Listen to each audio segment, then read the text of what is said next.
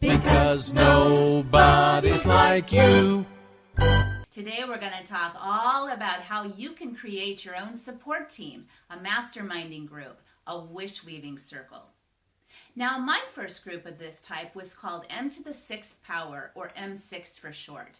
Back in 1999, I was one of the founding 6 women who started this group in Salem, Oregon, and it was such a transformative process for me.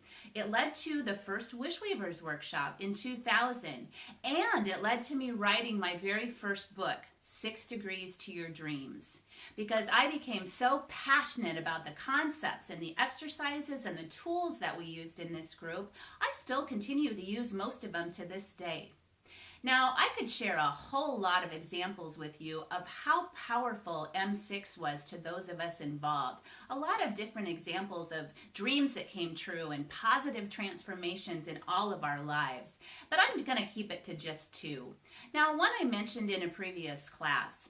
I was married at the time, and my ex-husband and I really wanted a property out of town. You know, a nice acreage. And literally, within 6 months of M6 starting, we had found and moved to that property. It was 2 acres, it had blueberry bushes and fruit trees and chickens, fresh eggs, sheep, and we were out in the country surrounded by vineyards and Christmas tree farms. It really was a dream come true. Now, M6 helped create this dream for us in a couple of different ways. One was just simply by voicing my dream to the group. I was putting it out there, you know, I was setting my intention, and they were helping me energetically hold the space so that dream would come true. So that was the imaginative side of it. But also, on a very practical level, the woman who helped us find the property was a real estate agent, and she was in M6. Now, another M6 member was a mortgage broker, and she helped us secure the financing that we needed to purchase the property. So that is how what I have come to call a wish weaving circle really helps you in those 2 different ways, on both the imaginative level and on a very practical, down-to-earth level. You know, booking the appointment so we could see the house for the first time, and lining up all the paperwork for the financing so that we could sign it and get the money we needed to buy the house. So the second part I want to share with you, I'm going to just go ahead and read this directly from the introduction of my book. Now, I got to tell you, when I look back and remember the serendipities and the synchronicities that happened because of M6, it's a little bit flabbergasting to me. So this is from the introduction, 6 Degrees to Your Dreams, which is available on my website, the products and services page, for just $10.95, and you can read the whole thing in a couple of hours. So here's where I begin. Just a few months after the creation of M6, I walked into one Thursday evening meeting with a wild dream. I was so jazzed about the concepts we'd been using and how successful they'd been, so passionate about sharing them with other people, I voiced my dream to create a videotape to send to Oprah Winfrey. Now, I have to tell you here, this was back in like 1999 or 2000, and Oprah still had a network show at that time. This was long before the creation of her own network. I voiced my dream to create a videotape to send to Oprah Winfrey. Judy, one of the other M6 members, looked at me with an expression on her face I will never forget. I could almost see the light bulb over her head. She said her big dream had been to bring many people together in one room, all helping each other create their dreams. This idea had come to Judy months before, and she jotted down some notes and then misplaced them. Judy, Patty, another M6 member, and I decided to get together the following week in my kitchen and map out a plan for making the big workshop and the video for Oprah happen simultaneously. At the very next meeting, at the very next M6 meeting, a woman named Julie showed up for the first time because she had heard about our group on the local cable access channel, CCTV. AJ, program host, had come to a few meetings and interviewed the group on her TV show, Tapestry. Now, Julie knew how to operate a professional camera, and she had the equipment. She was so excited about the video, she invited Joni to the next meeting. Joni had experience with editing and had been wanting to get back into film production work. About the same time, I read an article about someone I used to work with in the insurance business. Dawn's passion was also camera and video work. Judy found the notes she had tucked away and forgotten about. Then, a friend I hadn't seen in over 2 years, Ginger, visited over New Year's Eve, and she knew someone who had just been hired on by Harpo Productions as a field producer. I still can't believe this looking back. Once I voiced my video dream, all the pieces started falling into place. The first key pieces within less than a month. Now, until September 11th, 2001, when the whole world shifted focus, I had every reason to believe these concepts would be featured on Oprah's show. I knew exactly the day the pitch had been made to the top producers. Now, I admit the outcome wasn't what I had hoped at the time. The Wishweavers Workshop was not featured on Oprah's show, nor did I receive a call expressing interest or asking for further information. Yet looking back, I see a different perspective and amazement in the connections leading to the Oprah video and a specific Harpo Productions employee. Oprah's program was frequently about living the dream at the time. And after September 11, 2001, the focus of her shows quickly shifted. So with that introduction, I'd like you to sit back and watch some footage from that Wishweavers workshop in October of 2000 and hear some very concrete examples of dreams that came true as a result. Because this is what can happen for you when you form your own Wishweavers circle.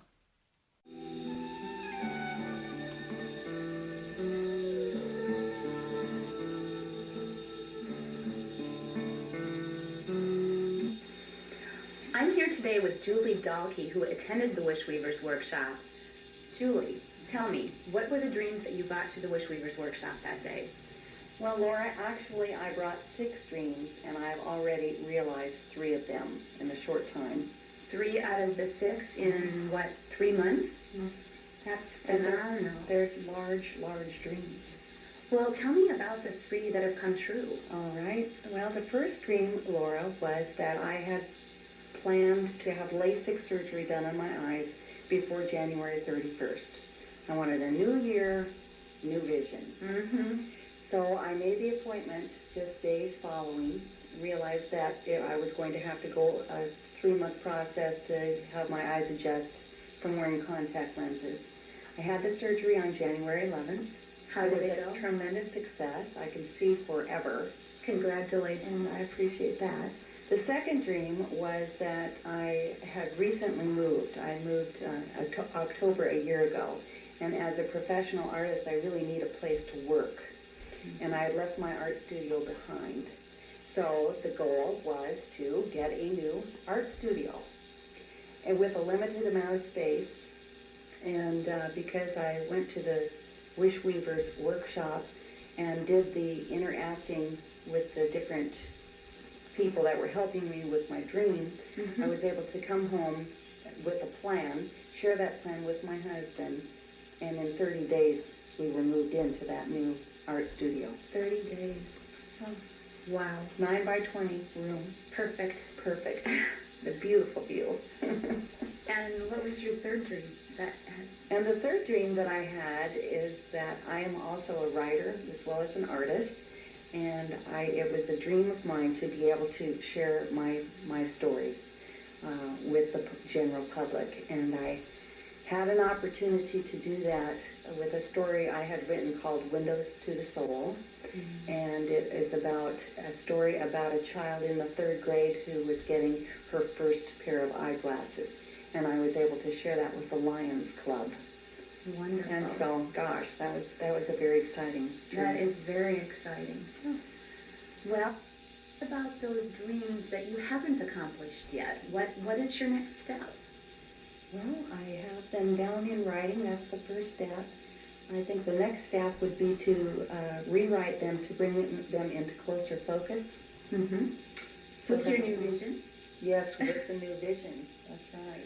One of them being going to New York. I would like to do some writing there in a studio apartment for a month. And also my husband and I have a vision to become debt-free this year. Ah, good vision. That one's been going on for a few years, but I think this year we may realize that dream. Wonderful. Why don't you explain to me what your experience of the Wish Weavers Workshop itself was? I really appreciated the exercises that we did as a group, where we were one circle, one on the inside, one on the outside, and the cogs just kind of moved around, so you could share your dreams with the maximum amount of people with the minimum amount of time. It was very helpful. I took a lot of notes. Appreciated the keynote speaker, and I thought the timing was very good. It wasn't too long, it wasn't too short. I felt like I came out of the Wish Weavers workshop with meat and potatoes, something that I could take home, do something, and then actually be accountable to someone else for making my dreams come true. Well, thank you. Thank you, Julie. I wish you all the best with all of your dreams, and just really appreciate you being here today. Thank you, Laura. It's been a pleasure. Dr. Steve Cope, it's Yes. so nice to see you again. Good to see you too. What was the dream that you brought to the workshop? And maybe if you can just share with me what some of the things that you liked about the workshop were. Okay. I didn't bring a dream to the workshop. I came there feeling that my dream that I had of having a band and performing was already going to be fulfilled, and didn't give it much more thought after that until it came to the point where we had to take little pieces of paper and write out what our dreams were and pin them on, and I realized, uh-oh.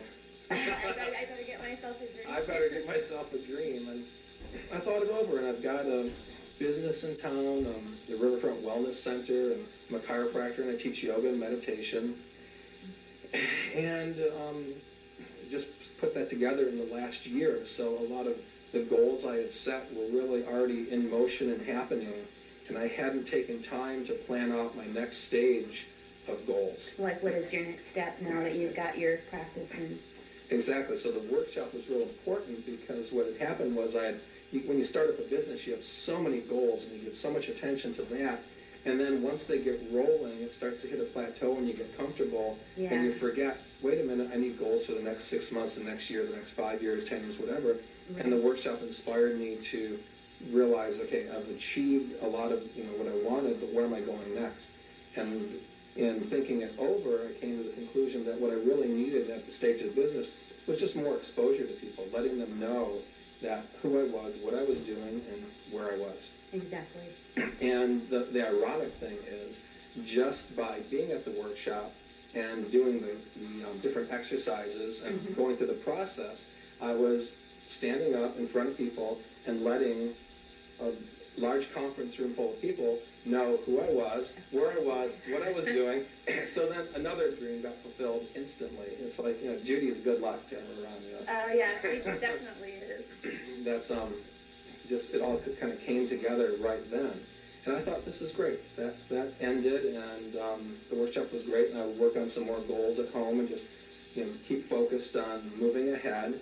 And went into the office. The workshop was Saturday? Yes. Yeah, and I went into the office Monday and received a phone call from the business editor of the Statesman Journal saying that they wanted to interview me. Wow. Yeah, and I thought, well, okay, that's good exposure. But then I went through all these reactions of fear of like, oh no, do I really want that much exposure? And, I had been interviewed by the press before and have had things changed around, taken out of context. Right. They make it, they make your words fit the story that they want to tell. The same type of fear I'd have in sitting down and doing an interview like this. I How knew that's what edited you were. later. But, and I just come from that weekend workshop, and the woman who was wanting to interview me was saying, well, we can do it like right now, or we can maybe do it in a couple of weeks. And I might have had the tendency in the past to say, well, let's put it off for a couple of weeks, which could turn into a couple of months or never. But instead, I just gotten inspired and remember standing up in front of 50 people saying, I want more exposure for my business. Here it was falling in my lap, and it became clear I should just do this. I should just go forth and face those fears and do the interview. And not to make it sound like it was just magic. I mean, we had been sending information over to the newspaper since we started the business, but no one was biting. We always hear, oh yeah, we know about you. Yeah, we know about you. But no one was interested. But then just after doing the workshop, I think I was in more, the state of mind. State, yeah, yes. And when they called, I was, even my fears came up, but I was still ready to do it. And you did it. And I did. When they came out, interviewed me, came and took some photos a few days later. So within a week of doing the workshop, I had a front page business section, full color feature article spread on myself and my business. Unbelievable. Yeah, it's here in black and white. It's awesome. And so you got some new exposure. I got so much. It's unbelievable. Really? This was in October, and we're in the end of January. Last week, someone came in who clipped that article and been saving it till it needed a chiropractor. People are still coming in from the article, and That's awesome. it's really great. I thank you so much for your time today, Steve. Okay. May all your You're dreams welcome. come true. Thank you very much. Same for you. Hello, Judy Bayarty. Hi, Laura. How are you today? I'm good. Well, we wanted to talk a little bit about the Wish Weavers. And what I wanted to know is if you could tell me how you initially had this idea, or what made you want to do this, and how it all started. It really all got started from me having the opportunity over years to meet with groups of people to brainstorm ideas, and I always did that with a few people at a time. And I just had this idea one day that what I would really like to do is get a whole lot of people together and brainstorm for each other and use each other's resources and ideas and contacts to make people's dreams come true in a quick amount of time. I wanted to do it fast. Yeah. Well, now that that dream was accomplished and it came true for you, how does that feel to you? It feels like a lot. It feels there's a lot that goes with it. It feels that I had a lot of support for doing that, as you well know. And I feel a lot of joy because so much has come from it for other people, the people that I've seen have things take place in their lives from the workshop that have enhanced their lives. And that brings me a lot of personal joy. And then, I've had my own things happen from the workshop that have been really, really wonderful. But the other thing I feel is honored, and I feel humble because the people that came together to put the workshop on believed in my dream. And then they put all their time and their effort and their love into it. And together, we really accomplished something really beautiful. We did. And it was a beautiful dream, and I'm just really glad that I was able to be a part of it. I really too. Because nobody's like you.